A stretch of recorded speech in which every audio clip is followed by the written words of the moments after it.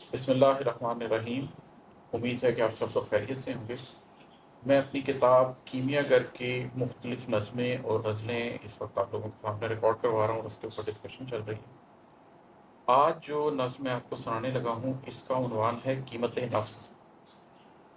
حضرت علی رضی اللہ تعالیٰ عنہ کا ایک قول ہے کہ نفس انسانی کی کم سے کم قیمت جنت ہے، مطلب جنت سے کم کے اوپر ہمیں اپنے نفس کو بیچنا نہیں چاہیے۔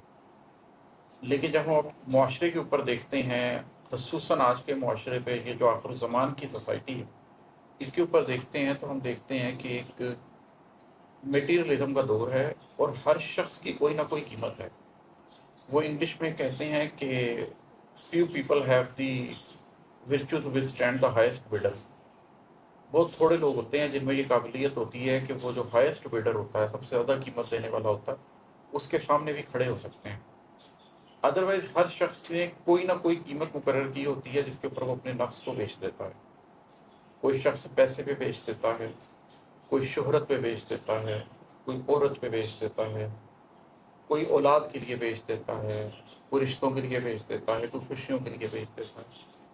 تو ایک طرح سے اس پورے شہر کے اندر ایک میلہ لگا ہوا ہے، ایک بازار سجا ہوا ہے، اور اس بازار کے اندر ہر شخص اپنے نفس کی کوئی نہ کوئی قیمت چکا رہا ہے۔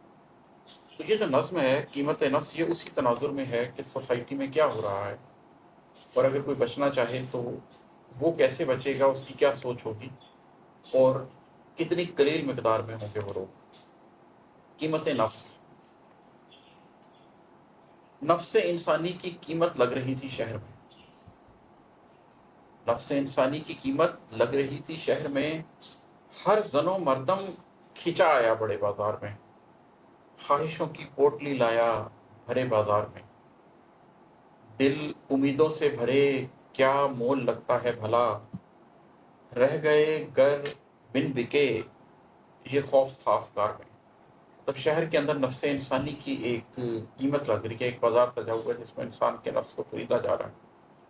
شیطان اپنا ہر حربہ اختیار کر رہا ہے اور نفس انسانی اس کے اندر شریک ہو رہا ہے۔ ہر زن و مردم کھنچا آ رہا ہے بڑے بازار میں، جو ایک مین مارکیٹ کے اندر خرید و فروخت ہو رہی ہے، اس میں مرد عورت سب اس کی طرف کھنچ رہے ہیں، سب اپنا اپنا نفس بیچنا چاہتے ہیں۔ خواہشوں کی پوٹلی لایا بڑے بھرے بازار میں۔ وجہ کیا ہے کہ ہر شخص کی کچھ خواہشیں ہیں، جو خاص طور پر اس معاشرے میں، اس پوسٹ ماڈرنزم کے دور میں، مٹیریلزم کے دور میں، ہر شخص کو ایسا کنزیومرزم میں ڈال دیا گیا ہے کہ خواہشوں کی تعداد بڑھتی چلی جا رہی ہے، خواہشوں کی مقدار بڑھتی چلی جا رہی ہے۔